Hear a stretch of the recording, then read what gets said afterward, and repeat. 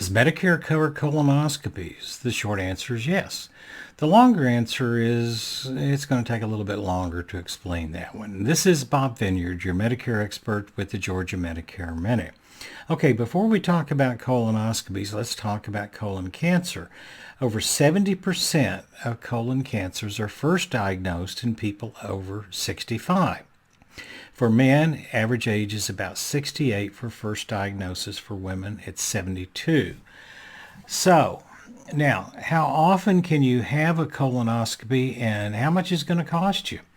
Something on everybody's mind. Okay, with original Medicare, with or without a supplement, if you're considered high risk, you can have a colonoscopy every 24 months. If you're not high risk, it's every 120 months, which is 10 years. Okay, and what is your out-of-pocket? If it is a preventive colonoscopy, part of routine cancer screening, your out-of-pocket should be $0. You're not responsible for the Part B deductible. You're not responsible for the 20% coinsurance.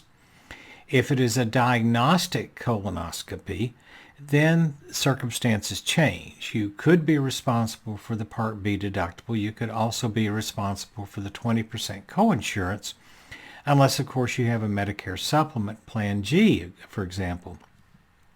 In that case, you still might be responsible for the Part B deductible unless you've already satisfied it, but your 20% coinsurance would be covered under your Medigap Plan G.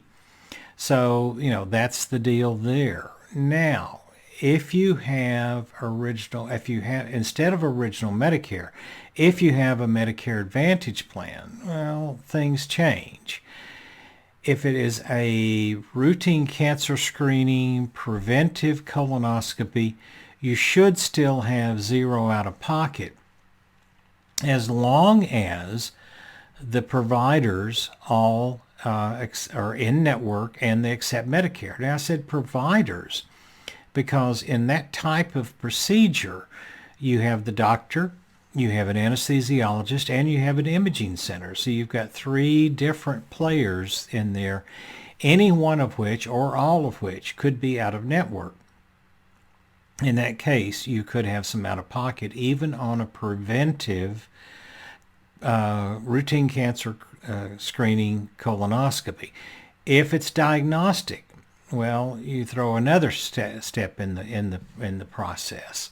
And that other step is your doctor must get pre-authorization in most cases from your Medicare Advantage provider, Medicare Advantage carrier, before you can even schedule your diagnostic colonoscopy. All right, so now that you have pre-authorization, the carrier says, yes, you can have a diagnostic colonoscopy. You still have to make sure that all 3 of the providers, the doctor, the anesthesiologist, and the imaging center, make sure that they're all in network. Otherwise, your out-of-pocket could be significant. All right, that's the colonoscopy. What about the prep work? This is the one thing that people always complain about. They say, well, the colonoscopy isn't so bad, but I really hate the prep that I have to do for it. Okay, the most common osmotic laxative, that's what it's called. The most common colonoscopy prep solution is Suprep, S-U-P-R-E-P. That's one that's fairly popular right now. It's about $120. It's brand name only. There are no generics. And if that's going to create a problem for you from a financial standpoint, ask your doctor to prescribe. There are some generics out there that are as little as $11 or $12. There's also some over-the-counter osmotic laxatives. So just talk to your doctor about it and explain the situation, and I'm sure that they will probably work with you on that. But anyway, that's what you're looking at now as far as colonoscopies go, and your out-of-pocket cost, and when you can have them and when you can't, and so forth. This is Bob Vineyard, your Medicare expert with the Georgia Medicare Minute. You take care. Have a great day.